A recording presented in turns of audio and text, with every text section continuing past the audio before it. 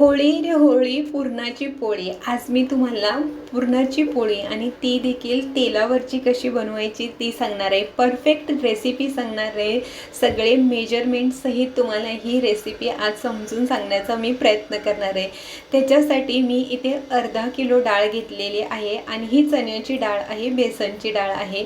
ही काय करायची, स्वच्छ धुवून घ्यायची. धुवून घेतल्यानंतर आपणाला ही कुकरला व्यवस्थित शिजवून घ्यायची आहे.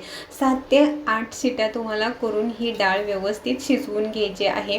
आणि ह्याच्यामध्ये पाणी जितकं म्हणजे कुकरच्या बाहेर येणार नाही इतकंच तुम्हाला पाणी याच्यामध्ये टाकून घ्यायचं आहे. आणि कुकर बंद करून तुम्हाला 7 ते 8 शिट्या होतील एवढी तुम्हाला शिजवायची आहे. आता कुकर लागेपर्यंत आपण काय करायचं, थोडी हळद मीठ घ्यायची आणि जितकी डाळ असते त्याच्या डबल पीठ घ्यायचं आहे. मी एकदम सगळ्या पोळ्या करणार नव्हते, फक्त थोड्याशाच करणार होते, म्हणून मी फक्त 1 वाटीच इथे गव्हाचं पीठ घेतलेले. तुम्ही सगळ्या पोळ्या जर एकदमच करणार असाल तर 2 वाट्या तुम्हाला गव्हाचं पीठ लागेल. आणि एकदम घटसर अशी ही पिठाचा गोळा आहे ते मळून घ्यायचा आहे.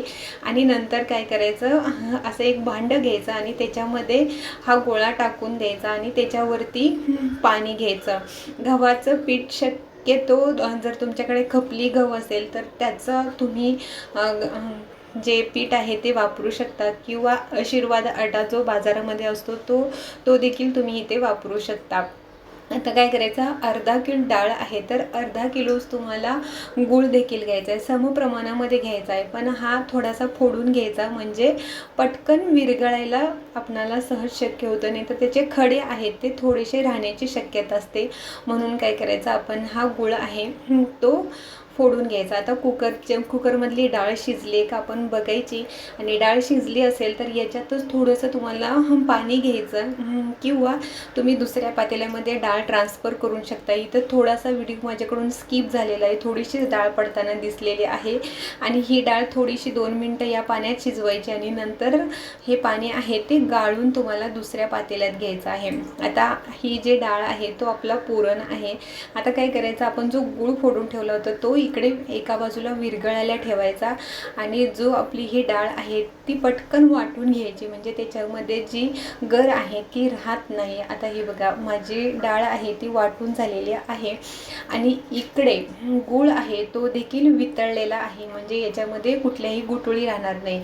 आता आपण जो वाटून घेतलेला पुरण आहे किंवा डाळ आहे ती याच्यामध्ये टाकायची आणि व्यवस्थित मिक्स करायची. आता पुरण बघितला तर तुम्ही एकदम पातळ असा दिसत असेल, पण थोडा वेळ तुम्हाला हलवून हा शिजवावा लागतो, नाहीतर खाली लागण्याची शक्यता असते.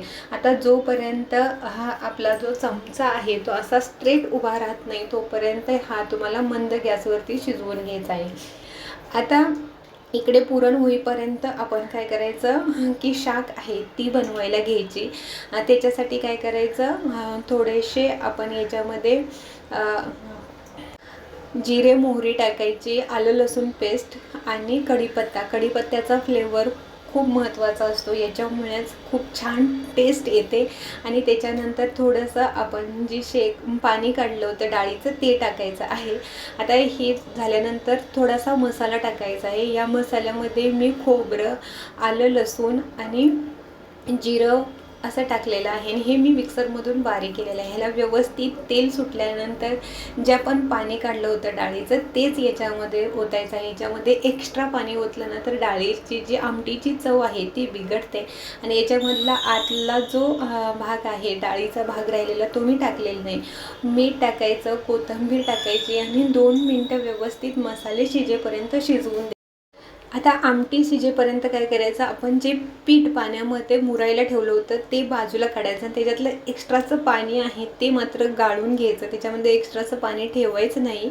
आणि थोडं पाणी देऊन असं व्यवस्थित मळून आपटून व्यवस्थित मऊ पिठाचं होईपर्यंत तुम्हाला मळून घ्यायचं आहे. म्हणजे पीठ आहे ते एकदम मऊसर असं मळलं गेलं पाहिजे. थोडंसं पाणी टाकायचं आणि आपलं पीठ आहे ते मग एकदम लुसलुशीत मऊ मळलं जातं. आता इकडे आपण पोळ्याला तवा ठेवायचा आहे आणि छानसं गोळा भरून घ्यायचा. जितकं आपण पीठ घेतो त्याच्यापेक्षा थोडा आपल्याला याच्यामध्ये पुरण घ्यायचं आहे. आणि आपला तळ हात आहे त्याच्यावर प्रेशर देऊन व्यवस्थित हे खाली दाबून घ्यायचं आहे. म्हणजे जो आपला पुरण आहे तो सगळ्या बाजूला व्यवस्थित पसरला जातो आणि एकदम हलक्या हाताने, जास्त दाब कोणत्याही बाजूला न देता आपण आपली पोळी आहे ती व्यवस्थित तेलावरती लाटून घ्यायची आहे. त्याच्या कडा आहेत त्या व्यवस्थित लाटणं जास्त गरजेच्या असतात, कारण तिथे पुरण जात नाही किंवा त्या कडा आहेत त्या एकदम जाड दिसतात राहतात आणि म्हणून आपल्याला कडांवर देखील थोडासा भर द्यायचा आहे. आता तव्यावरती थोडंसं तेल टाकायचं आणि आपली पोळी आहे ती हातानं उचलता येत नाही म्हणून लाटण्यावरतीच अशी गोल गोल राऊंड स्वरूपाची करायची आणि तव्यावरती अगदी हलक्या हाताने व्यवस्थित तव्यावरती बसेल अशी आपणाला ही पोळी आहे ती टाकून घ्यायची आहे. आता एक पोळी होईपर्यंत दुसरी पोळी आहे ती लाटून घ्यायची आहे. मी 4-5 उंडे अशी बनवून ठेवले होते की मला पटकन ते लाटता येतील आणि माझं पोळी आहे ती पटापटा होईल. आता पोळी आहे ती ना चमच्याच्या साह्यानं जर तुम्ही पलटायला गेलात तर त्याच्यात पुरणामध्ये शिरते आणि व्यवस्थित ते पुरून फाटला जातो किंवा मग आपली पोळी आहे ती फुगत नाही. म्हणून हातानेच एक कोपऱ्याला पकडून तुम्हाला हातानेच उलटी करायची आहे. जोपर्यंत ही पोळी भाजते तोपर्यंत तुम्हाला दुसरी पोळी लाटून घ्यायची आहे. आणि पोळी लाटताना लक्षात घ्यायचं की फक्त एकाच बाजूला लाटायची नाही, तर एकदम हलक्या हाताने तुम्हाला पोळी आहे ती व्यवस्थित लाटून घ्यायची आहे. एकदा पोळी लाटली तर परत तुम्ही चमच्याच्या साह्याने पलटली तरी चालते, मग त्याच्यामध्ये शिरत नाही. पोळी बघा छान फुगते देखील आणि एकदम अशी खरपूस आहे ती तुम्हाला पोळी आहे ती भाजून घ्यायची आहे. आता पोळी एकदा लाटून झाली की दुसरा जो उंडा आहे तो आपल्याला तयार करायला घ्यायचा. मग जितकं आपण पुरण घेतलेलं आहे तितकंच त्याच्यापेक्षा कमी थोडंसं आपल्याला हे पीठ घ्यायचं आहे आणि असं हलक्या हाताने तो भरून असा बंद करायचा आहे. आणि पोळी भाजली की ही पोळी बाजूला ठेवायची आणि दुसरी पोळी याच्यामध्ये टाकायची आणि जो आपण बनवलेला आहे ती पोळी व्यवस्थित परत लाटायला सुरुवात करायची. आणि हे सर्कल जोपर्यंत तुमच्या पोळ्या पूर्ण होत नाही तोपर्यंत अशाच पद्धतीने या पोळ्या पूर्णपणे लाटून घ्यायच्या असतात. अगदी खूप सोप्या पद्धतीनं ही पोळी तयार होते आणि खूप टेस्टी देखील लागते, गोडसर देखील लागते, कारण आपण समप्रमाणामध्ये याच्यामध्ये गूळ टाकलेला आहे त्याच्यामुळे ही पोळी चवीला देखील खूप छान असते. जर तुम्हाला हवं असेल तर ह्याच्यामध्ये पुरणामध्ये तुम्ही सुंठ, वेलची देखील टाकू शकता. बऱ्याच वेळेला प्रत्येकाला आवडतंच असं नाही, माझी मुलं वेलचीचा फ्लेवर त्यांना आवडत नाही म्हणून मी इथे टाकलेलं नाही, पण तुम्ही टाकू शकता. आणि थोडंसं मीठ टाकायचं पुरणामध्ये देखील आणि पिठामध्ये देखील, एकदम थोडंसं टाकायचं नाही तर खारटपणा येण्याची शक्यता असते. थोडंसं मीठ टाकायचं आणि अशा हलक्या हलक्या पद्धतीनं तुम्हाला ज्या पोळ्या आहेत त्या पूर्ण लाटून घ्यायच्या आहेत आणि खूप टेस्टी लागतात. बऱ्याच वेळेला आपल्याला फक्त माहिती नसतं की कशा पोळ्या बनवायच्या म्हणून आपण पोळी बनवत नाही किंवा आपल्याला वाटतं की खूप सगळा पसारा होतो. काही पसारा होत नाही, खूप छान पद्धतीने बनल्या जातात.